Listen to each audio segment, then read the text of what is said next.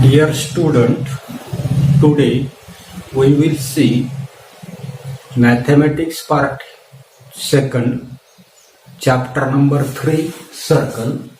विद्यार्थी मित्रांनो, आज आपण मॅथ भाग 2 याच्यामधलं तिसरं प्रकरण वर्तुळ या ठिकाणी पाहणार आहोत. याच्यामधल्या बेसिक कन्सेप्ट ऑफ सर्कल्स आपल्याला त्या ठिकाणी पाहिजेत की you are familiar with concept regarding like circle, like center, radius, diameter, chord, interior and exterior of the circle. विद्यार्थी मित्रांनो, वर्तुळ जे आहे तर त्या वर्तुळाशी संबंधित असणाऱ्या ज्या काही संकल्पना ज्या आहेत तर त्याच्यामध्ये वर्तुळ कशाला म्हणायचं, केंद्र, रेडियस त्रिज्या असेल, डायमीटर व्यास असेल, कॉर्ड जीवा, त्याच्यानंतर इंटेरियर आणि एक्सटेरियर ऑफ द सर्कल म्हणजे वर्तुळाचा अंतर्भाग बाह्यभाग कशाला म्हणायचं हे आपल्याला त्या ठिकाणी पाहिजे. आता सर्कल जे आहे तर ते सर्कल आपण कशाला म्हणतात, जे वर्तुळ जे आहे तर ते वर्तुळ आपण कशाला म्हणतात, कशाला म्हणता नसतो, the set of the points equidistance from a fix point in a plane is a circle.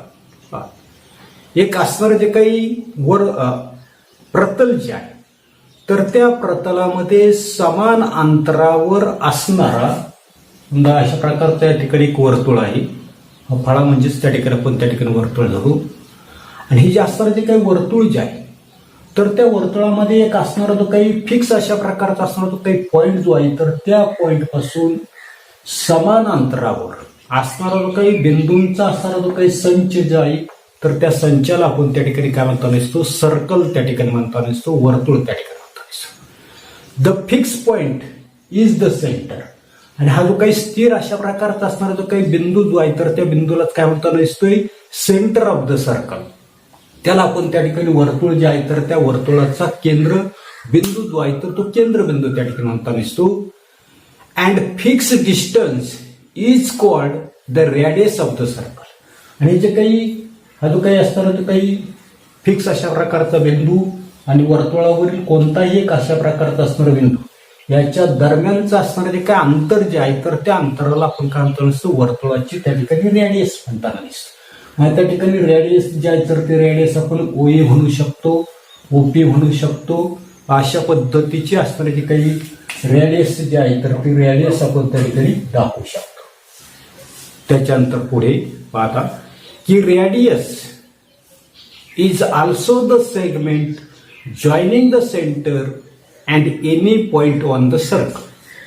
त्रिज्या म्हणजे काय तर त्रिज्या म्हणजे आपल्याला सांगता येईल की वर्तुळावरील कोणताही एक असणारा बिंदू आणि असणारं जे काही केंद्र या दरम्यानचा असणारा जो काही रेषाखंड जो आहे तर त्या रेषाखंडाला काय म्हणतो आपण रेडियस जे आहे तर ती रेडियस त्या ठिकाणी म्हणतो. उदाहरणार्थ या आकृतीचा जर आपण जर विचार जर केला तर पहा, in the figure O is the centre of the circle. आकृतीमध्ये ओ काय आहे, त्या असणारे जे काही वर्तुळ जे आहे तर त्या वर्तुळाचा त्या ठिकाणी काय आहे, केंद्रबिंदू आहे. त्याच्यानंतर segment OP is the radius किंवा ओसी रेडियस म्हणता येईल, ओए काय म्हणता येईल, रेडियस म्हणजे त्रिज्या जी आहे तर ती त्रिज्या त्या ठिकाणी. Circle can have infinite radius. वर्तुळ जे आहे तर त्या वर्तुळाला अनंत अशा प्रकारच्या त्रिज्या ज्या आहेत तर त्या त्रिज्या त्या ठिकाणी असतात. आणि radii of the same circle are congruent. या ठिकाणी आपल्या लक्षात येत असते की अशा प्रकारची वर्तुळ की ज्या वर्तुळांच्या असणाऱ्या काही त्रिज्या ज्या आहेत तर त्या त्रिज्या त्या ठिकाणी समान असतात. तर अशा प्रकारचे असणारे जे काही वर्तुळ जे आहेत तर त्या वर्तुळांना पुढे कॉन्ग्रंट सर्कल्स त्या ठिकाणी म्हणता आला दिसतो. त्याच्यानंतरचा पुढचा कन्सेप्ट आपल्याला पाहायचा आहे तो म्हणजे कॉर्ड, ज्याला आपण त्या ठिकाणी जीवा जी आहे तर ती जीवा त्या ठिकाणी म्हणता येईल. आता कॉर्ड कशाला म्हणायचं, a chord is a segment whose ends lies on the circle. जीवा म्हणजे काय तर अशा प्रकारचा रेषाखंड की ज्या रेषाखंडाचे असणारे जे काही अंत्यबिंदू जे आहेत तर ते अंत्यबिंदू कुठे असतात, वर्तुळावर असतात. उदाहरणार्थ एबी. एबी काय या ठिकाणी कॉर्ड आहे आणि ही जे काय असणारे काही कॉर्ड जे आहे किंवा असणारा जो काही रेषाखंड जो आहे तर त्या रेषाखंडाचे असणारे अंत्यबिंदू ए आणि बी जे आहे तर ते कुठे दिसतात आपल्याला त्या ठिकाणी वर्तुळ जे आहे तर त्या वर्तुळावर त्या ठिकाणी म्हणतात. In the figure A B is a क्वाड. या ठिकाणी आकृती जी आहे तर त्या आकृतीमध्ये ए बी जे आहे तर ते ए बी काय आहे तर त्या ठिकाणी क्वाड आहे. त्याच्यानंतर पुढे आपल्याला सांगता येईल की circle can have infinite quad. जसं आपण पाहिलं की वर्तुळ जे आहे तर त्या वर्तुळाला अनंत अशा प्रकारच्या त्रिज्या असतात तर तशाच प्रकारचं वर्तुळ जे आहे तर त्या वर्तुळाला अनंत असंख्य अशा प्रकारच्या असणाऱ्या ज्या काही त्रिज्या ज्या आहेत तर त्या त्रिज्या त्या ठिकाणी असतात. त्याच्यानंतरचा पुढचा कन्सेप्ट आपल्याला माहिती आहे तो डायमीटर, ज्याला आपण त्या ठिकाणी व्यास जो आहे तर तो व्यास त्या ठिकाणी वापरतो. The quad which passes through the centre of the circle is the diameter. काय म्हटलंय की अशा प्रकारची जीवा की जी जीवा काय होता दिसते वर्तुळ केंद्र जे आहे तर त्या वर्तुळ केंद्रामधून काय होता दिसते जाताना दिसते तर त्याला आपण म्हणणार आहे डायमीटर किंवा त्यालाच त्या ठिकाणी मराठीमध्ये आपण काय म्हणतो दिसतो व्यास जो आहे तर तो व्यास त्या ठिकाणी म्हणतो. Diameter is the longest chord of the circle. पुढे काय सांगितलं आपल्याला की व्यास जो आहे तर तो व्यास काय असतो वर्तुळाची सर्वात मोठी लॉंगेस्ट अशा प्रकारची कॉर्ड म्हणजे सर्वात मोठी जीवा जी आहे तर ती जीवा त्या ठिकाणी असते. त्याच्यानंतर पुढे आपल्याला माहिती की diameter is twice the radius. Diameter जो आहे तर तो डायमीटर कसा असतो ट्वाइस द रेडियस असतो. म्हणजे त्रिज्या जी आहे तर त्या त्रिज्येच्या दुप्पट त्या ठिकाणी व्यास जो आहे तर तो व्यास त्या ठिकाणी असतो. A circle can have infinite diameters. Radius असेल कॉर्ड असेल डायमीटर असेल या वर्तुळाच्या बाबतीमध्ये असंख्य अशा प्रकारच्या त्रिज्या जीवा किंवा व्यास त्या ठिकाणी असू शकतात. तर अशा प्रकारचे असणारे काही कन्सेप्ट जे आहे तर ते कन्सेप्ट आपण मागील इयत्तेमध्ये त्या ठिकाणी पाहिले. याच्यानंतर काय असणारे जे काही थेरम किंवा असणाऱ्या ज्या काही प्रॉपर्टीज ज्या आहेत तर त्या प्रॉपर्टीज आपल्याला त्या ठिकाणी पाहिजेत. त्याच्यापैकी पहिली प्रॉपर्टी आपल्याला पाहिजे काय प्रॉपर्टी आपल्याला पाहिजे किंवा थेरम त्या ठिकाणी आहे ए perpendicular drawn from centre of a circle one it's quad bisect the quad. काय सांगितलं ए perpendicular drawn from centre of a circle one it's quad. या ठिकाणी आपल्या लक्षात येतं नसतं की वर्तुळाचं असणारे जे काही केंद्र जे आहे तर त्या केंद्रामधून असणारे जे काही जीवा जे आहे तर त्या जीवेवर टाकलेला जो काही लंब जो आहे तर त्या लंबामुळे काय केलं ते असणारे जे काही कॉर्ड जे आहे तर ते कॉर्ड काय केलं ते दुभागली त्या ठिकाणी लागते. आता पहा या ठिकाणी आपल्या लक्षात येतं नसते की in the figure O is the centre of the circle. त्याच्यानंतर segment O M perpendicular to the chord A B. असं जर असेल तर आपल्याला सांगता येईल की A M is equal to M. काय सांगता येईल की इन द फिगर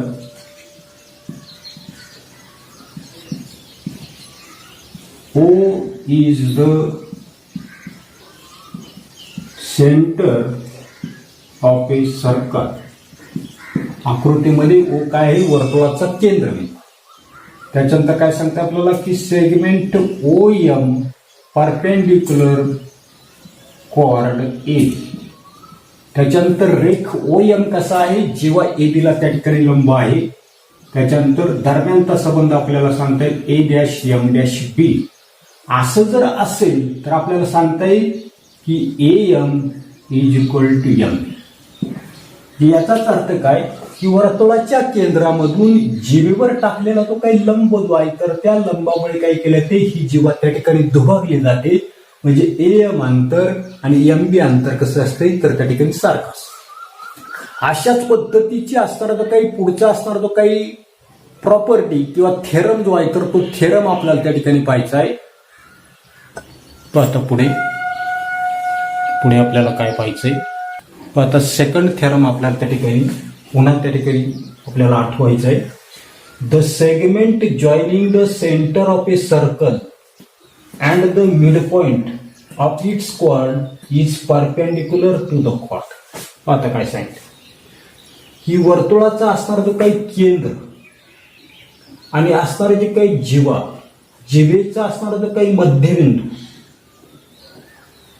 कसा असतोय the segment joining the centre of the circle and the mid point of its chord is perpendicular to the chord. ज्या ठिकाणी वर्तुळाचा असणारा जो काही केंद्र आणि जिवेचा असणारा जो काही मध्य यांना जोडणारा जो काही रेषाखंड जो आहे तर तो रेषाखंड कसा असतो तर त्या ठिकाणी त्या जिवेला लंब असतो. अशाही प्रकारचा असणारा जे काही प्रॉपर्टी थेरम जो आहे तर तो मागील इयत्तेमध्ये आपण त्या ठिकाणी पाहिला. आता हिची काही डायग्रॅम जे आहे तर त्या डायग्रॅमच्या बाबतीमध्ये आपल्याला काही सांगता येईल पहा. If O is the center of a circle. या ठिकाणी आकृतीमध्ये O असणारे जे काही केंद्र असणारे जे काही वर्तुळ जे आहे तर ते वर्तुळ त्या ठिकाणी. त्याच्यानंतर पुढे काय सांगता येईल पहा की M is the midpoint of the chord. कोणती कॉर्ड दिसती PQ. पुन्हा आपल्याला सांगता येईल की जी काय असणारी जी काही जीवा जी आहे तर त्या जीवेचा यम जो आहे तर तो यम काय आहे तर त्या ठिकाणी मध्यबिंदू आहे. तर असेल तर काय सांगता येईल तर तो मध्यबिंदू कसा असतो तर त्या ठिकाणी जीवा जी आहे तर त्या जीवेला कसा असतो लंब असतो. आणि म्हणून पुढे आपल्याला सांगता येईल then segment OM is perpendicular to the chord PQ. तर त्या ठिकाणी तो असणारा जो काही रेषाखंड जो आहे OM रेषाखंड जो आहे तर तो OM रेषाखंड काय असतो PQ जो आहे तर त्या PQ ला त्या ठिकाणी लंब असतो. आता लंब असतो म्हणजेच काय तर पहा की angle OMP is equal to angle OMQ. याचं असणारे जे काही माप जे आहे तर ते माप किती असणार आहे 90 अंश त्या ठिकाणी असणार. अशा प्रकारच्या प्रॉपर्टी आपण मागील इयत्तेमध्ये त्या ठिकाणी पाहिलेले. याच्यानंतरची पुढची प्रॉपर्टी आता पुढे थर्ड त्या ठिकाणी थेरम ऑर प्रॉपर्टी आपल्याला पाहिजे की congruent chords of a circle are equidistance from the centre of the circle. आता काय की एकरूप वर्तुळ की या ठिकाणी काय सांगता येईल आपल्याला की एकाच वर्तुळाच्या असणाऱ्या जे काही एकरूप जीवा जे आहेत तर त्या एकरूप जीवा कशा असतात वर्तुळ केंद्र जे आहे तर त्या वर्तुळ केंद्रापासून कसं सांगितलं आपल्याला इक्वी डिस्टन्स असतात म्हणजे समान अंतरावर त्या ठिकाणी असतात. हाही असणारा जो काही थेरम जो आहे तर तो थेरम आपण त्या ठिकाणी मागील इयत्तेमध्ये त्या ठिकाणी पाहिलेला. आता काय सांगता येईल की in the figure O is the centre of the circle. आकृतीमध्ये पहा काय सांगता येईल की इन द फिगर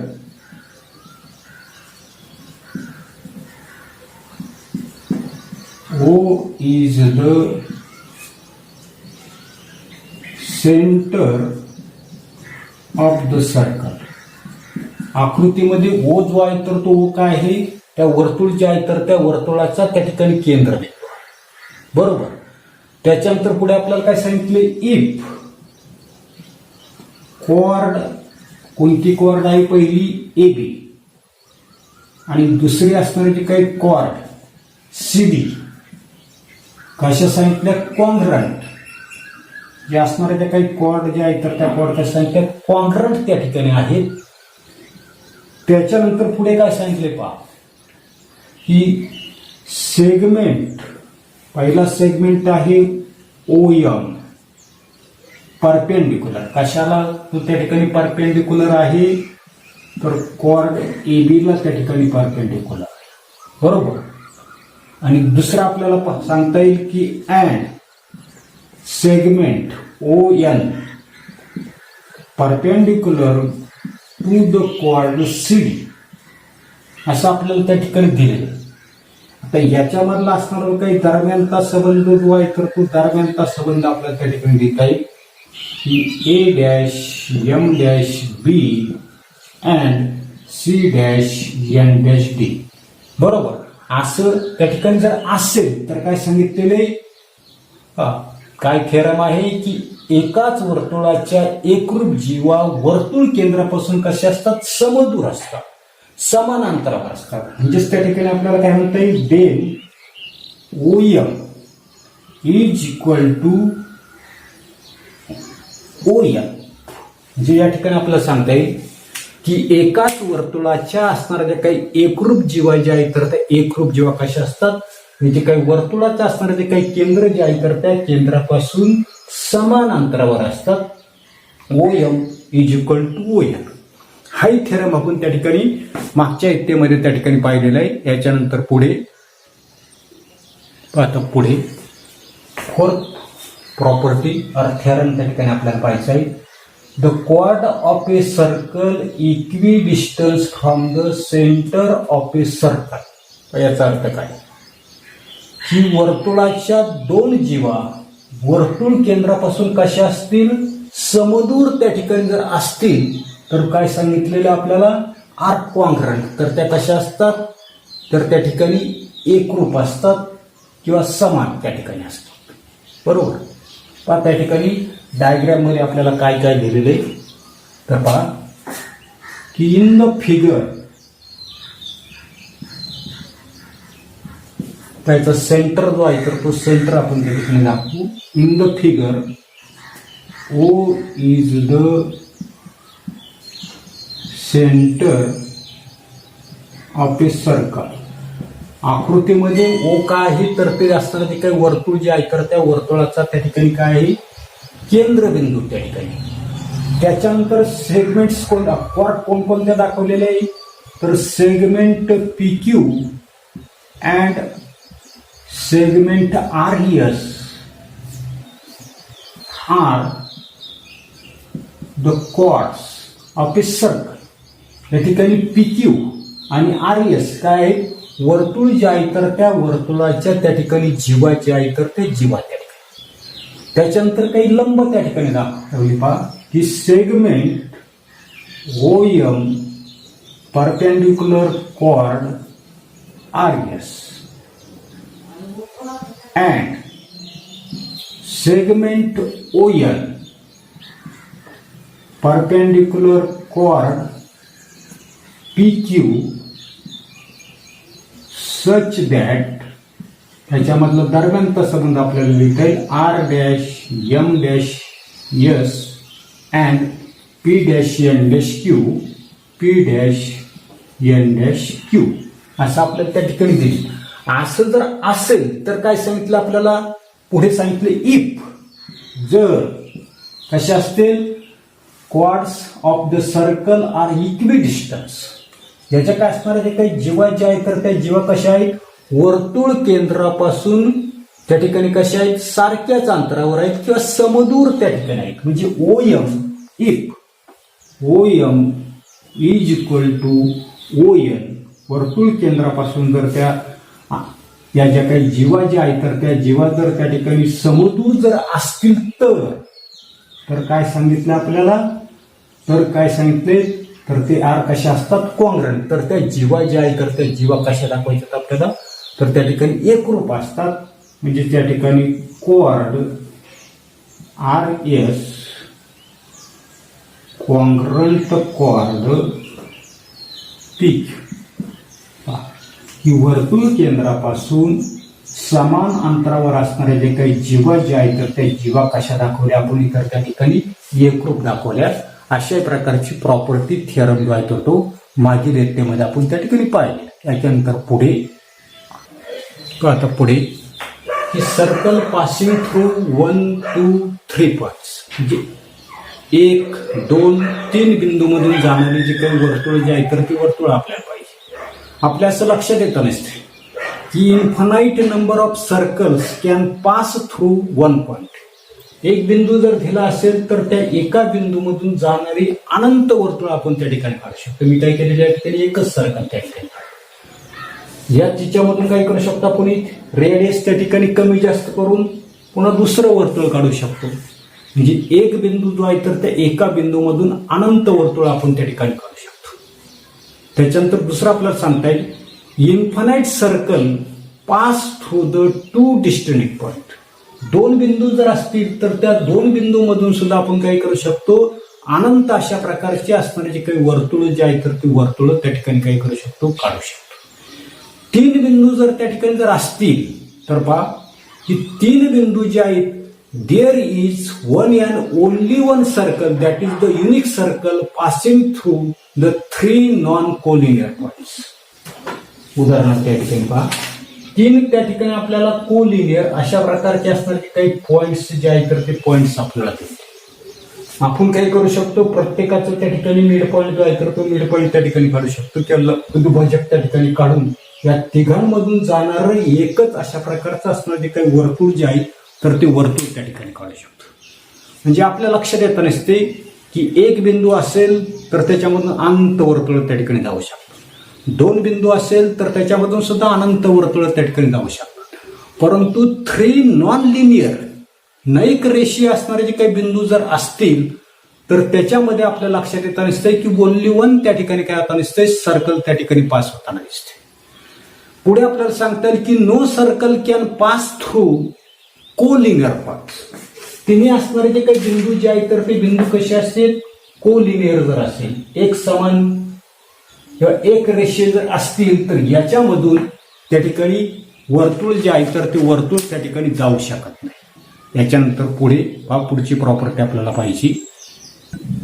आता पुढचा कन्सेप्ट आपल्याला पाहिजे आहे सिकँट अँड टँजेंट, वृत्तछेदिका आणि स्पर्शिका.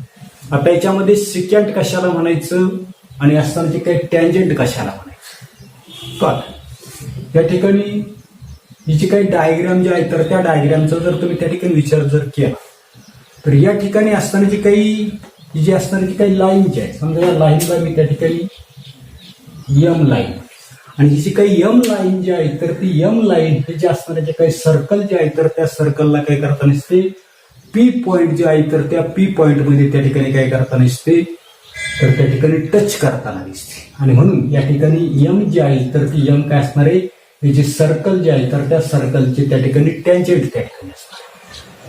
त्याच्यानंतर सिकँट कशाला म्हणायचं पहा, समजा यल ही जी काय असणारी जी काही लाईन जी आहे तर ही लाईन काय करताना दिसते, हे जे असणारे जे काही सर्कल जे आहे तर त्या सर्कलला दोन पॉइंट मध्ये त्या ठिकाणी टच करताना दिसते, स्पर्श करताना दिसते. आणि म्हणून लाईन यल जी आहे तर ती लाईन यल काय म्हणणार आहे, त्याला आपण त्या ठिकाणी सिकँट त्या ठिकाणी म्हणणार आहे, वृत्तछेदिका त्या ठिकाणी. आता याच्यामधला असणारा तो काही थेरम जो आहे तर तो थेरम आपल्याला पाहिजे सिकँट अँड टँजेंट थेरम, या वृत्तछेदिका आणि स्पर्शिका. पण या ठिकाणी जे असणारे जे काही डायग्राम जे आहे तर त्या डायग्रामच्या बाबतीमध्ये आपल्याला काय लिहिता येईल पहा, इन द फिगर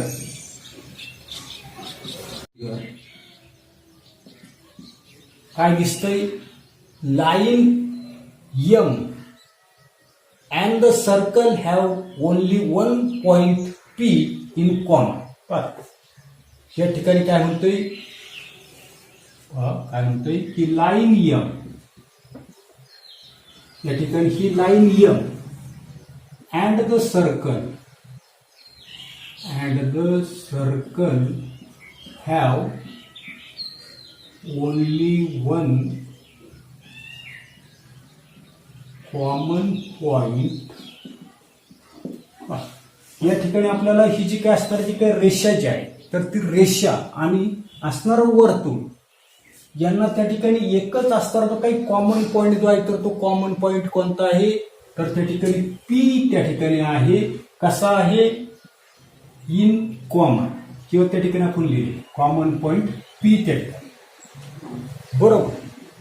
आणि म्हणून त्या ठिकाणी काय म्हणतो नसतंय की सच ए लाईन इज कॉल्ड टँजेंट. आणि अशा प्रकारचे असणारे जे काही रेषा जे आहे तर त्या रेषेला म्हणणार आपण त्या ठिकाणी स्पर्शिका येते. त्याच्यानंतर पुढे आपल्याला काय सांगता येईल,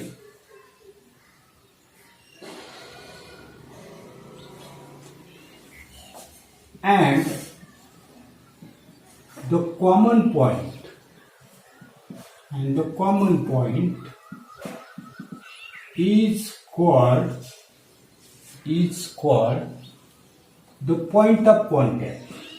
Point of contact. आणि हा जो काही कॉमन पॉइंट जो आहे तर त्या कॉमन पॉइंटलाच आपण काय म्हणणार आहे, पॉइंट ऑफ कॉन्टॅक्ट, स्पर्श बिंदू जो आहे तर तो स्पर्श बिंदू त्या ठिकाणी म्हणणार. बरोबर. मग आकृतीमध्ये त्या ठिकाणी पॉइंट ऑफ कॉन्टॅक्ट कोणता आहे तर त्या ठिकाणी पी त्या ठिकाणी आहे आणि म्हणून त्या ठिकाणी आपण पुढे म्हणणार आहे की इन द फिगर काय म्हणता येईल, in the figure point P is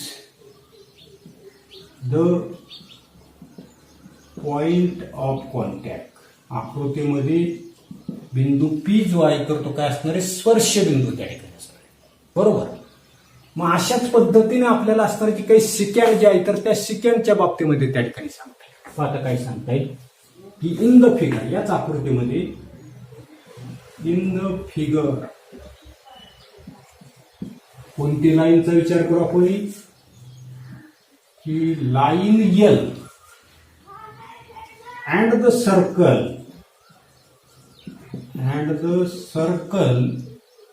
have 2 point in common. Right. आकृतीमध्ये ही जी काही यल रेषा जी आहे तर ती यल रेषा आणि वर्तुळ याचा जर आपण विचार केला तर दोन बिंदू त्या ठिकाणी कसे आहेत तर त्या ठिकाणी साम आहेत त्या ठिकाणी. आणि therefore such a line